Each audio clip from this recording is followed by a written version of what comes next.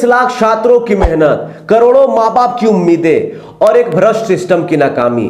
3 मई को जिस NEET UG 2026 की परीक्षा को लेकर देश भर के छात्र उत्साहित थे, आज उस परीक्षा की साख की धज्जियां उड़ चुकी है। एनटीए यानी नेशनल टेस्टिंग एजेंसी के डीजी अभिषेक सिंह ने लाइव कैमरे पर अपनी नाकामी कबूल कर ली है दोस्तों, और परीक्षा को आधिकारिक तौर पर रद्द भी कर दिया गया है। मामला अब सीबीआई के हाथों में है, एफआईआर भी दर्ज हो चुकी है और पूरा देश एक ही सवाल पूछ रहा है कि आखिर यह पेपर लीक का वायरस हमारे सिस्टम से क्यों नहीं खत्म होता। अगर आपको लगता है कि नीट 2026 में जो हुआ वो पहली बार है तो आप गलत हैं। आज की इस धांधली की तार उस मास्टरमाइंड के पुराने रिकॉर्ड से मिलते हैं जिसने दशकों पहले पेपर लीक को एक खौफनाक कारोबार बना दिया था। आज जब आप नीट के सॉल्वर गैंग और हजारीबाग पटना कनेक्शन की खबरें सुन रहे हैं तो आपको उस पुराने खिलाड़ी की याद आएगी जिसने इस खेल की स्क्रिप्ट बहुत पहले लिख दी थी। एक ऐसा नाम जो आज के हर छोटे बड़े सेंटर का आदर्श है। अगर आप झारखंड और बिहार में सरकारी नौकरी की तैयारी करते हैं, अगर आपका सपना जेपीएससी, जेएसएससी या बीपीएससी क्लियर करना है, तो आपने एक नाम जरूर सुना होगा, अतुल वत्स। जी हाँ, बिल्कुल सही सुन रहे हैं, इस नाम से आप लोग जरूर वाकिफ होंगे।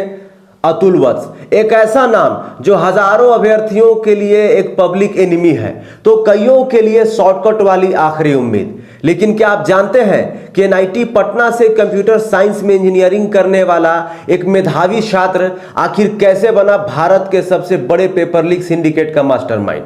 आज हम खोलेंगे अतुल वत्स के उस ब्लैक बॉक्स को जिसका काला चिट्ठा प्रणव प्रताप सिंह के किताब करी समर में दफन है। दोस्तों, ये प्रणव प्रताप सिंह ने किताब लिखी है, करी समर नाम की, इंग्लिश में किताब है, और इसमें पेपर लीक का मास्टरमाइंड सरगना अतुल वत्स के बारे में बहुत सारी जानकारियां दी गई है।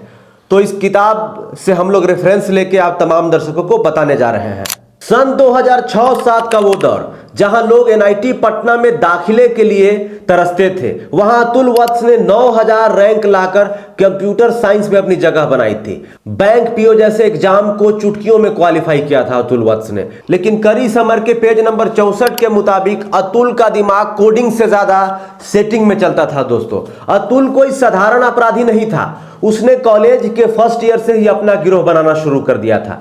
जहां बड़े बड़े सेटर मेधावी छात्रों को लालच देकर स्कॉलर बनाते थे, वहीं अतुल वत्स एक मास्टरमाइंड था। उसने स्कॉलर की एक ऐसी फौज तैयार की जो किसी भी परीक्षा की दीवार को ढा सकती थी। तो अब हमें समझना होगा कि आखिर पेपर लीक कैसे होता है। अतुल वत्स के पुराने कारनामों से आप बेहतर समझ सकते हैं। दर्शकों, 3 पॉइंट से समझिए इस खेल को कि पेपर लीक कैसे होता है। किरदार नंबर 1, कैंडिडेट। ये वो छात्र होते हैं जो सालों की मेहनत के बाद थक चुके होते हैं, उम्र निकल रही होती है, घर का दबाव होता है। अतुल का नेटवर्क इन्हें ही टारगेट करता था। करी समर के पेज नंबर 64 के अनुसार डील 15 से 30 लाख रुपए में होती थी। यकीन मानिए, अतुल इतना शातिर था कि सिक्योरिटी के तौर पर कैंडिडेट के ओरिजिनल सर्टिफिकेट और ब्लैक चेक अपने पास रख लेता था। किरदार नंबर 2, सेटर। ये वो बिचौलिए थे जो कोचिंग सेंटरों और परीक्षा केंद्रों के बीच दलाल का काम करते थे। इनका काम था डील पक्की करना और परीक्षा हॉल में सेफ सीट का इंतजाम करना। किरदार नंबर 3, स्कॉलर। ये अतुल की सबसे बड़ी ताकत है। एनआईटी, आईआईटी और नामी कॉलेजों के मेधावी छात्र जिन्हें चंद रुपयों का लालच देकर डमी कैंडिडेट बनाया जाता था। तो पेपर लीक के 3 स्तंभों को समझ लिया होगा दोस्तों आपने। पहला कैंडिडेट, दूसरा हो गया सेटर और तीसरा हो गया स्कॉलर। कैंडिडेट वो होता है, आम बोलचाल की भाषा में समझा देते हैं, जिसको सरकारी नौकरी पाना है, हताश हो चुका है, परेशान हो चुका है। कई बार वो परीक्षा में बैठा लेकिन जो है उसको रैंक नहीं मिल पा रहा है, तो क्या करेगा, सेटर से मिलेगा। सेटर उसे डील करेगा पैसा में कि 30 लाख लेंगे, 40 लाख लेंगे। फिर वो क्या करेगा, सेटर स्कॉलर से बात करेगा और उस स्कॉलर को जो है एग्जाम के सेंटर में बैठाएगा। लेकिन ये ऑफलाइन एग्जाम में ज्यादा हुआ करता था दोस्तों। जब परीक्षाएं ऑनलाइन हुई तो दुनिया को लगा कि अब धांधली रुक जाएगी, लेकिन अतुल के लिए यह होम ग्राउंड जैसा था।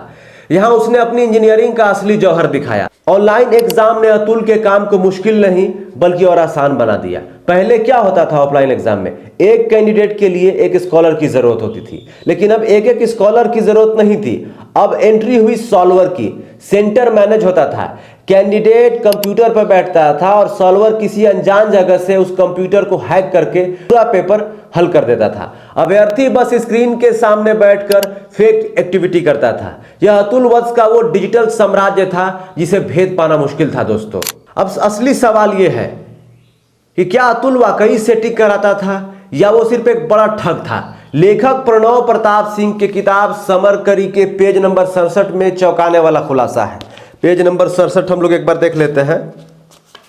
पेज नंबर 67 में चौंकाने वाला खुलासा है।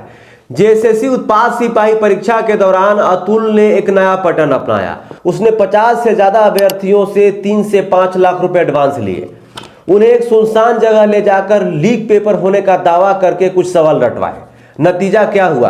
परीक्षा में 100 में से सिर्फ 4-5 सवाल मिले। किताब साफ कहती है कि अतुल कॉलेज के दिनों से ही एडवांस लेकर लोगों को चूना लगाने में माहिर था। उसने न जाने कितने युवाओं के भविष्य और उनके परिवार की जमा पूंजी के साथ खिलवाड़ किया है। आज अतुल वत्स रांची के होटवार जेल की सलाखों के पीछे है। लेकिन सवाल यह है कि जेपीएससी, जेएसएससी और बीपीएससी की तैयारी करने वाले छात्र कब तक इन अतुल वत्स जैसे शिकारियों के जाल में फंसते रहेंगे? क्या सिस्टम की कमियां और छात्रों की हताशा ही इस पेपर लीकिंग की असली ताकत है? याद रखिए दोस्तों, शॉर्टकट का रास्ता सिर्फ और सिर्फ बर्बादी की ओर लेकर जाता है। ये वीडियो कैसा लगा अपनी राय हमें कमेंट बॉक्स में जरूर बताइए। बाकी इस वीडियो को देखने के लिए धन्यवाद। जोहार, नमस्कार।